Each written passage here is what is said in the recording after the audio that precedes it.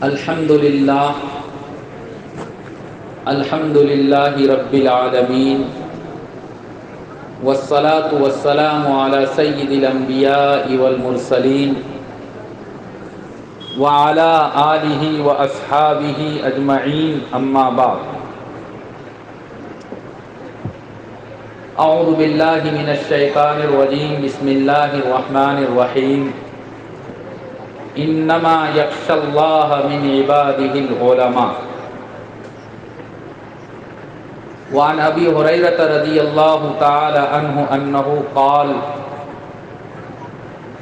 قال رسول اللہ صلی اللہ علیہ وسلم انہ سیأتیکم من بعدی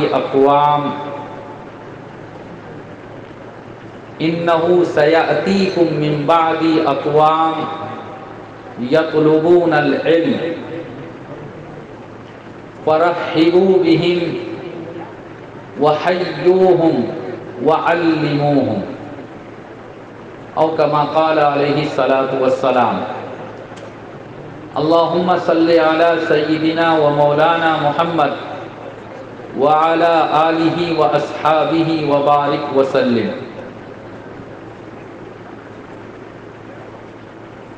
رات تقریباً 2 بجنے کو ہے، اور آج کے جلسے کے مہمان خصوصی حضرت مولانا عبداللہ سالم قمر صاحب دامت برکاتہم، ان کی پر اثر اور پر مغز تقریر اور نصیحت ہم سب کو سننا ہے۔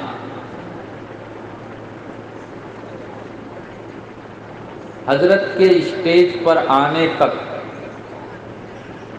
2 باتیں مجھے آپ حضرات سے کہنی ہیں، اور آپ حضرات یہ سمجھ کر نہ سنیں کہ میں کہیں دور سے آپ حضرات کو نصیحت کرنے کے لیے آیا ہوں۔ سب سے پہلی بات، قرآن کریم میں اللہ رب العزت نے فرمایا والذین جاہدوا فینا لنہدینہم سبلنا۔ مفسرین کرام نے اس کی کئی ایک تفسیر کی ہے۔ خلاصہ کلام یہ ہے کہ جب آدمی پرعزم ہوتا ہے اور کسی اچھے کام کا پختہ ارادہ کر لیتا ہے تو اللہ تعالیٰ اس کے لیے راہیں کھول دیتا ہے۔ حضرت مولانا عبد المنان قاسمی دامت برکاتہم، میں ان کے نیک جذبات کو سلام کرتا ہوں اور ان کے لیے دل سے دعائیں کرتا ہوں۔ انہوں نے میدان میں اکیلا کھڑا ہو کر، کمر بستہ ہو کر، اور ایک اچھے کام کا عزم کیا، ارادہ کیا، بغیر کسی بات کو چھپائے ہوئے اور ہیچ پیچ کے بغیر۔ بہت سے لوگوں نے ان پر انگلیاں بھی اٹھائی، بہت کچھ سننا بھی پڑا، لیکن میں سمجھتا ہوں کہ ان کا جذبہ نیک، ان کے ارادے مضبوط، اور اللہ تعالی ہر مضبوط ارادے والے کو بالآخر منزل تک پہنچاتا ہے۔ اتنے کم وقت میں اتنا سارا کام کر لینا، اور اب صرف اور صرف پڑھائی، صرف اور صرف پڑھائی۔ مولانا عبد المنان صاحب میرے عزیز بھی ہے، یقیناً عمر میں مجھ سے چھوٹے ہیں، لہذا مجلس میں اگر انہیں 1-2 بات کہہ دوں تو یقین ہے کہ ان کو میری بات بری نہیں لگے گی۔ اور اسی حوالے سے میں نے ایک روایت بھی پڑھی۔ حضرت ابو ہریرہ رضی اللہ تعالی عنہ حضرت مولانا یاسین صاحب دامت برکاتہم اور حضرت مولانا اکرم صاحب دامت برکاتہم دونوں نے صفہ کا نام لیا۔ یہ صفہ کیا ہے؟ مسجد نبوی میں جو حضرات گئے ہیں، روضہ رسول صلی اللہ علیہ وسلم کی زیارت کی ہے، جو گئے ہیں اللہ تعالیٰ ان کو بار بار پہنچائے، اور جو اب تک نہیں جا سکے ہیں اللہ ان کو اس وقت تک کفن نہ نصیب کرے جب تک حرمین کی زیارت سے وہ مالا مال نہ ہو جائے۔ آمین۔ سب لوگ آمین بولیے۔ آمین آمین۔ وہیں پر ایک چبوترا بنا ہوا ہے، اور اس صفے میں علم حاصل کرنے والوں میں جتنے صحابہ کرام کا نام آتا ہے ان میں 1 نمبر کا طالب علم سیدنا حضرت ابو ہریرہ رضی اللہ تعالی عنہ ہے۔ ان کے شاگرد تھے حسن بصری رحمۃ اللہ علیہ، ان کے شاگرد اسٹوڈنٹ حضرت اسماعیل رحمۃ اللہ علیہ۔ ابن ماجہ شریف کی روایت ہے، وہ فرماتے ہیں کہ ہمارے استاد حسن بصری رحمۃ اللہ علیہ ایک مرتبہ بیمار پڑ گئے، ہم لوگ ان کی عیادت کے لیے ان کے گھر پر گئے۔ وہ جس کمرے میں آرام فرما تھے کمرہ بالکل چھوٹا تھا، عیادت کرنے کے لیے جو لوگ آئے تھے ان کی تعداد زیادہ تھی، کمرے میں جگہ نہیں تھی۔ جگہ کے اندر کشادگی پیدا کرنے کے لیے حسن بصری رحمۃ اللہ علیہ نے اپنے پیر کو سمیٹ لیا، کچھ جگہ باہر ہو گئی، کچھ جگہ نکل گئی۔ حسن بصری رحمۃ اللہ علیہ فرماتے ہیں کہ جس طرح آج تم لوگ میرے شاگرد اپنے استاد کی عیادت کے لیے میرے پاس آئے ہو، اسی طرح میرے استاد حضرت ابو ہریرہ رضی اللہ تعالی عنہ بیمار پڑے تھے، ان کے شاگرد ہم لوگ ان کی عیادت کے لیے گئے تھے، بیمار کرسی کے لیے گئے تھے۔ ان کا کمرہ بھی اتفاق سے چھوٹا تھا، عیادت کرنے والے طلبہ کی تعداد زیادہ تھی۔ حضرت ابو ہریرہ رضی اللہ تعالی عنہ نے وہی کام کیا تھا جو کام آج میں نے کیا، آنے والوں کے لیے گنجائش پیدا کی اور اپنے پیر کو سمیٹ لیا، اپنے جسم کو سمیٹ لیا۔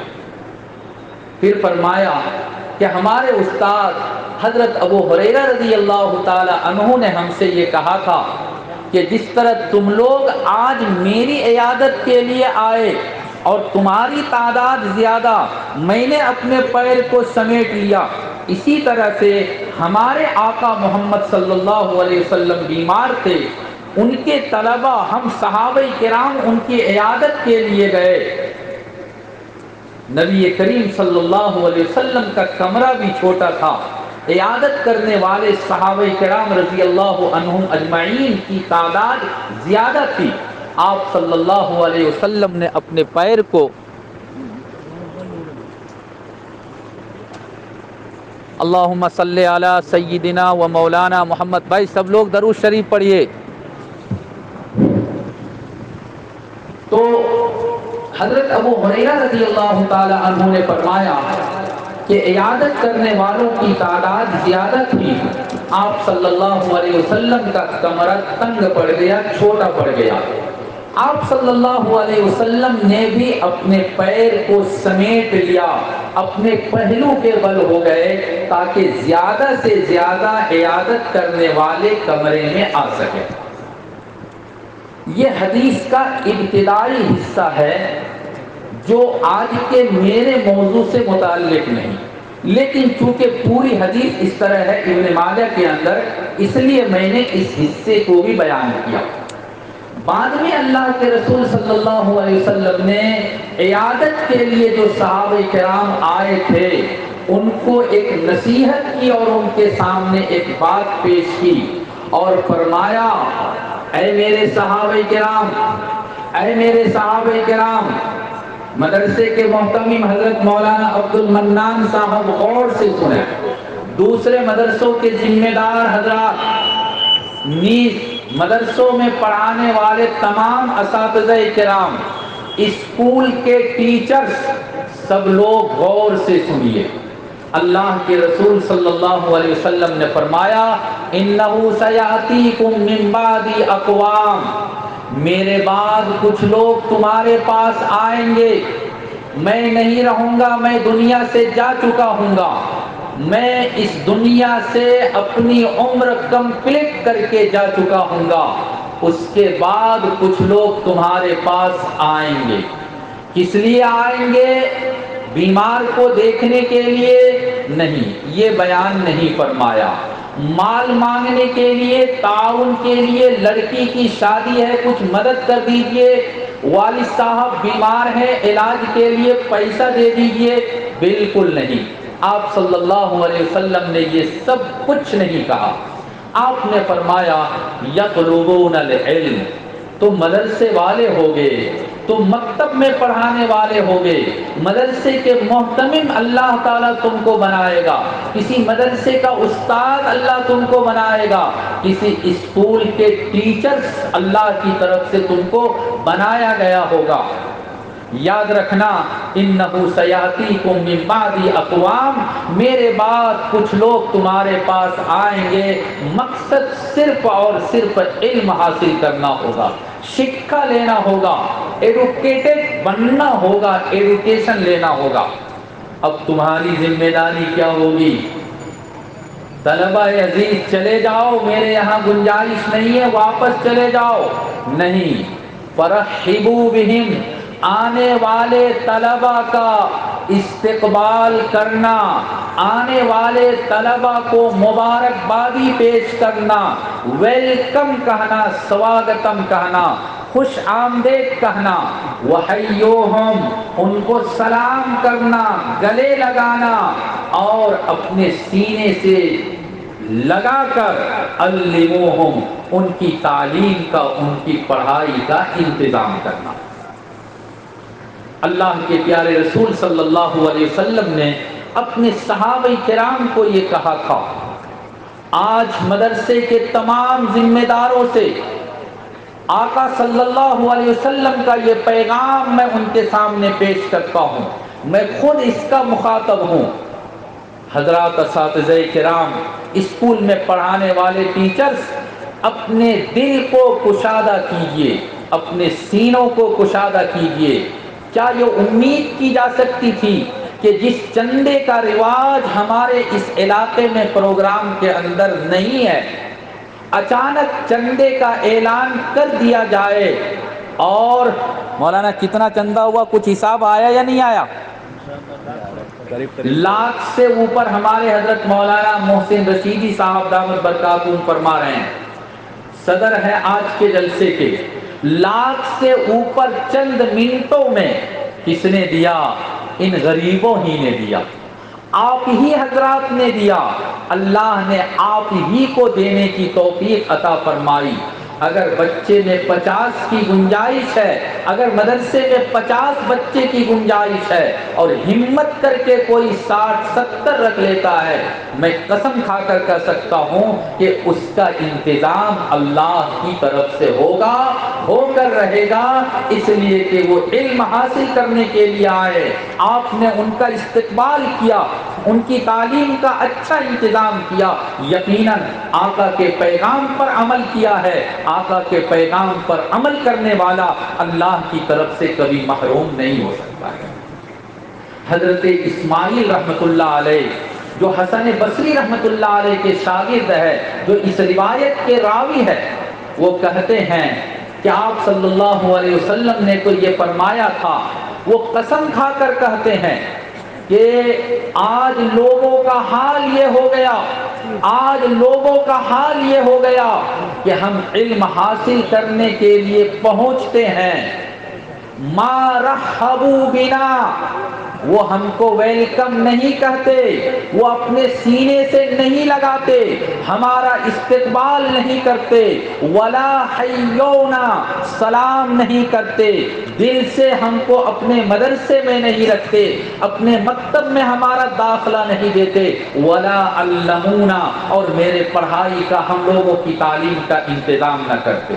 حضرت مولانا عبد المنان صاحب، آپ اپنے سینے کو کشادہ کیجئے، اپنے دل کو کشادہ کیجئے، جیسے کہ مصباح العلوم والے نے کشادہ کیا۔ اللہ ضرورت پوری کر رہا ہے، ایک نہیں اور بھی چند مدارس ہو جائیں گے، اللہ ضرورت پوری کرے گا کرے گا کرے گا۔ حضرت مولانا اکرم صاحب دامت برکاتہم نے اشارتاً ایک بات کہی تھی کہ بعض لوگوں کو شکایت ہوتی ہے کہ اتنا مدرسہ ہو گیا کیسے چلے گا۔ 2013 میں دارالعلوم دیوبند کے اندر تحفظ سنت کانفرنس ہوا تھا، بندہ بھی وہاں حاضر ہوا تھا۔ ہم سب کے استاد حضرت مولانا نور عالم خلیل الامینی رحمۃ اللہ علیہ، جو عربی ادب کے انتہائی ماہر استاد تھے اور عربی زبان کو گویا کہ کھول کر اور پلا دیتے تھے، حضرت نے مجھ سے پوچھا کہ تم تو آسام میں ہو،